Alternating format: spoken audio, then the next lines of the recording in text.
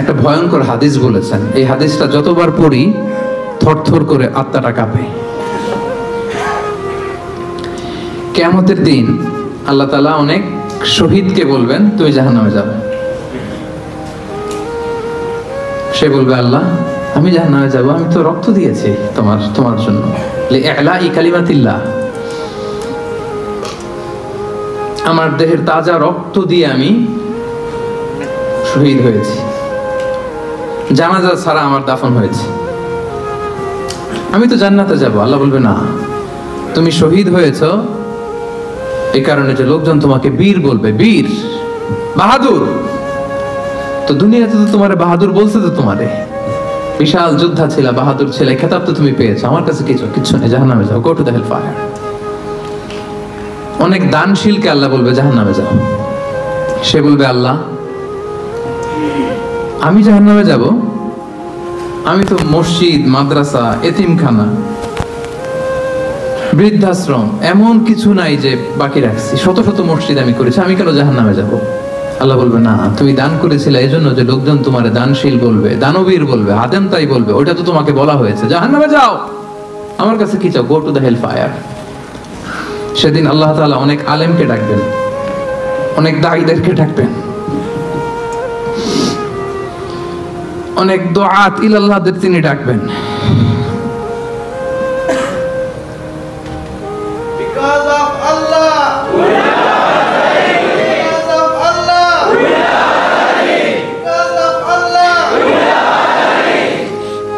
সেদিন অনেক দুআত ইলাল্লাহদেরকে ডেকে আল্লাহ বলবেন যে তুমিও জাহান্নামে যাও।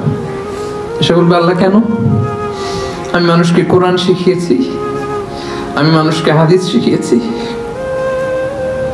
আমার কথা শুনে অনেক নামাজ ধরেছে, আমার কথা শুনে অনেকে দাড়ি রেখেছে, আগে সুদ খেত, আমার কথা শুনে সুদ বন্ধ করেছে, আমার কথা শুনে তো আল্লাহ এরা নামাজি হয়ে গিয়েছে। দ্য এন্টায়ার সোসাইটি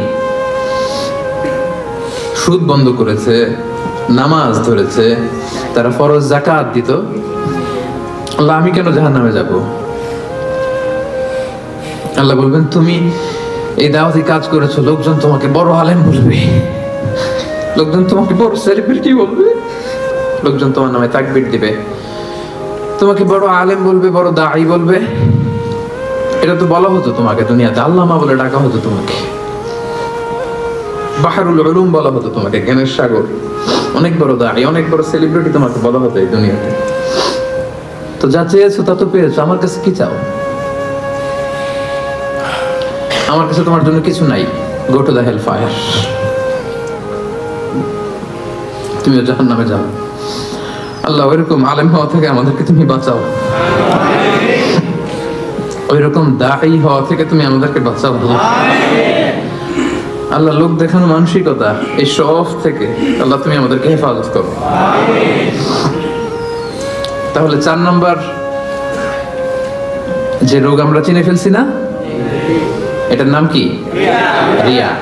নামাজ পড়তেছি, মানুষ আমার এই বড় মুসল্লি বলে, হজ করে আসছি যেন আমার নামের আগে আলহাজ লাগায়, যাকাত দিচ্ছি, যাকাতের শাড়ি লুঙ্গি দানবীর শিল্পপতি এটা যেন বলে, জিহাদের ময়দানে গিয়েছি, ইসলামের জন্য মিছিল দিচ্ছি, যাতে মিডিয়াতে আমাকে সবার আগে দেখা যায়। আল্লাহ বলবে go to the hell fire, জাহান্নামে যাও। এগুলো একটাও আমার জন্য করো নাই, তুমি যা চেয়েছিলে দুনিয়াতে তুমি সেটা পেয়েছো, আমার কাছে কি চাও? কিচ্ছু নাই আমার কাছে তোমার জন্য, যাও। আল্লাহ এরকম দানশীল হওয়া থেকে, এরকম আলেম হওয়া থেকে, এরকম বীরত্ব দেখানো থেকে আল্লাহ তুমি আমাদেরকে হেফাজত করো। আল্লাহ রিয়া থেকে আমাদের এই কলবটাকে তুমি মুক্ত করো। আল্লাহ আমরা যা করব কেবলমাত্র শুধুমাত্র তোমার সন্তুষ্টির জন্য, তোমাকে দেখানোর জন্য যেন করতে পারে, আল্লাহ তুমি তৌফিক দান করো। তাহলে 4 নম্বর রোগটা চিনতে পারছেন প্রিয় ভাইরা? কি নাম এটার? আলহামদুলিল্লাহ, এই তো বুঝে ফেলতেছেন। তাহলে আজকের এই প্রোগ্রাম থেকে আমরা এই রিয়া বা লোক দেখানো মানসিকতা এটাকে না বলে দিব, কি বলেন? আজকের এই প্রোগ্রাম থেকে আমরা সবাই রিয়াকে কি বললাম? তাহলে প্রথম রোগের নাম ছিল কি ছিল? কপটতা। দ্বিতীয় রোগের নাম অহংকার। তৃতীয় রোগের নাম, চতুর্থ রোগের নাম বাংলায় বলেন লৌকিকতা, লোক দেখানো মানসিকতা। রাইট। সব শেষে হচ্ছে 5 নাম্বার রোগের নাম হচ্ছে সুউদ্দন, মন্দ ধারণা। অন্যের ব্যাপারে মন্দ ধারণা করা, বাজে ধারণা, নেগেটিভ অ্যাজাম্পশন। সবসময় একটা নেগেটিভ চিন্তাধারা। কিছু লোক দেখবেন যে পজিটিভ কিছু খুঁজেই পায় না, আছে না? ভালো একটা জিনিস এর মধ্যেও ভেজাল খুঁজে বের করছে। জাজমেন্টাল, অন্যের ব্যাপারে মন্দ ধারণা করা, সবসময় অন্যকে কাঠগড়ায় দাঁড় করাতে সে পছন্দ করে। এরকম আছে না? ওনার এই সমস্যা, ওনার তো নামাজ হয় না, এর তো ঝামেলা আছে ফ্যামিলিতে, ওর তো এটা, ওর সমস্যা, তোর কি সমস্যা? ওর সমস্যা যে বুঝলি, তোর কি সমস্যা বল? এরকম আছে না? নিজের দোষের কোনো খবর নাই, শুধু অন্যের দোষ, শুধু অন্যের দোষ, শুধু নেগেটিভ। প্রিয় ভাইয়েরা, এই নেগেটিভিটি থেকে বেরিয়ে আসতে হবে আমাদের। অন্যের দোষ খোঁজা যাবে না, নিজের দোষ খুঁজতে হবে। নিজেকে কাঠগড়ায় দাঁড় করানো, একটু নিজে কি কি ভুল করলাম, নিজে কি কি অন্যায় করলাম, এটা একটু বের করবার চেষ্টা করেন। নিজেকে কাঠগড়ায় দাঁড় করান। আমরা এই ভুলটা করে ফেলি, আমরা নিজেকে কাঠগড়ায় দাঁড় না করিয়ে কি করি? হ্যাঁ, কি সুন্দর, হি ইজ দা জাজ, সে জাজ করবে, সে জাজের চেয়ারে বসছে, তার দায়িত্ব দেওয়া হয়েছে, এবার সে এই তোমার এই সমস্যা এটা ওইটা। তো জাজমেন্টাল হওয়া যাবে, পজিটিভ চিন্তা ধারণা করতে হবে। দেখেন আল্লাহ তাআলা বলছেন, ইয়া আইয়ুহাল্লাযীনা আমানু জিতানিবু কাসীরাম মিনায-যন্ন ইন্না বা'দায-যন্নি ইসম। ওহে বিশ্বাসীরা, বেশি বেশি ধারণা করা থেকে বেঁচে থাকো, কেননা ধারণাটা হচ্ছে পাপ। এই যে আপনি বাজে ধারণা করলেন, এটা পাপ। আর রাসূল সাল্লাল্লাহু আলাইহি ওয়াসাল্লাম বললেন, ফাইন্না যান্না আকযাবুল হাদিস। এই ধারণা করাটা এটা হচ্ছে মিথ্যা কথা, অধিকাংশ ধারণা এটা মিথ্যা হয়। ওয়া ইন্না যান্না লা ইউগনি মিনাল হাক্কি শাইআ। ধারণা কখনো সত্যের বিকল্প হতে পারে না, কখনো বিকল্প হতে পারে না। এজন্য আপনি বাজে ধারণা করবেন না। ধারণা করতে হলে সুধারণা করেন। ধারণা করতে হলে কি ধারণা করবেন? হঠাৎ দেখলেন যে ওদিকে আজান হইতেছে, বসে আছে, এই নামাজ পড়ে না, কোথায় নামাজ পড়েই না, ওর যে কি সমস্যা আছে আপনি জানেনই না, হতে পারে না? কি রে নামাজ পড়লো না? সে হয়তো মুসাফির, সে তো জমা কসর করার অনুমোদিত ফ্লেক্সিবিলিটি তো শরীয়ত দিয়েছে, ঠিক কি না? বোন একটাকে দেখছেন নামাজ পড়ে নাই, ধারণা করে নিতে বেনামাজ, এর বউ তো নামাজ পড়ে না, এরকম বলে না?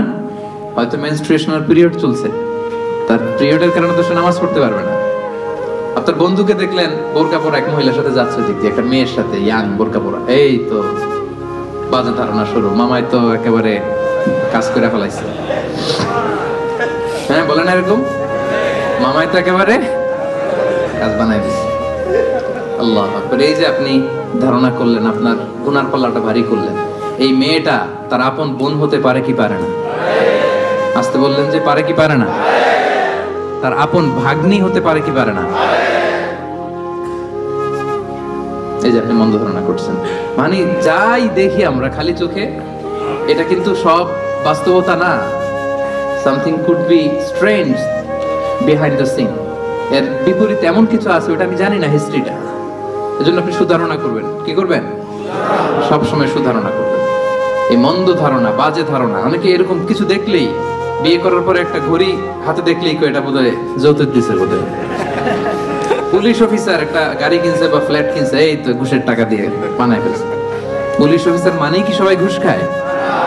ঘুষ খায় একটা বড় সংখ্যক, কিন্তু এখনো অনেক সৎ পুলিশ অফিসার আমার দেশে আছে না? নাই? আছে, এখনো আছে। আপনি মন্দ ধারণা করে গুনার পাল্লা ভারী করবেন না। তাহলে এই মন্দ ধারণাকেও আজকের প্রোগ্রাম থেকে আমরা কি বলে দিলাম? তাহলে 5টা রোগ চিনছেন না? 1 নম্বরে কপটতা, 2 নম্বরে অহংকার, 3 নম্বরে হিংসা, 4 নম্বরে লৌকিকতা, 5 নম্বরে মন্দ ধারণা করা। আচ্ছা ঠিক আছে, এই যে রোগ যে হয়েছে, রোগ নিয়ে বসে থাকা ভালো না, ট্রিটমেন্ট করতে হবে। আসেন চিকিৎসা শুরু করে দিই। 1 নম্বরে চিকিৎসা তাকওয়া, আল্লাহর ভয় লাগবে। এখানে কি লাগবে? আল্লাহর ভয়। আল্লাহর ভয় যাদের হৃদয়ে থাকে তাদের হৃদয় কখনো কি হয় না, পথ ভুলে যায় না। যাদের হৃদয়ে আছে আল্লাহর ভয় তারা কবু পথ ভুলে যায় না। আল্লাহর প্রেম ছাড়া এই দুনিয়ায় কারো কাছে কোনো কিছু চায় না। রাতের আধারে যারা সেজদাতে রয়, দু চোখের শ্রুতে নদী যেন বয়। ছলনার হাতছানি যতই আসুক পেছনে ফিরে সে তাকায় না। সবাই পড়েন, যাদের হৃদয়ে আছে আল্লাহর ভয় তারা কবু পথ ভুলে যায় না। আল্লাহর প্রেম ছাড়া এই দুনিয়ায় কারো কাছে কোনো কিছু চায় না। আলহামদুলিল্লাহ বলেন।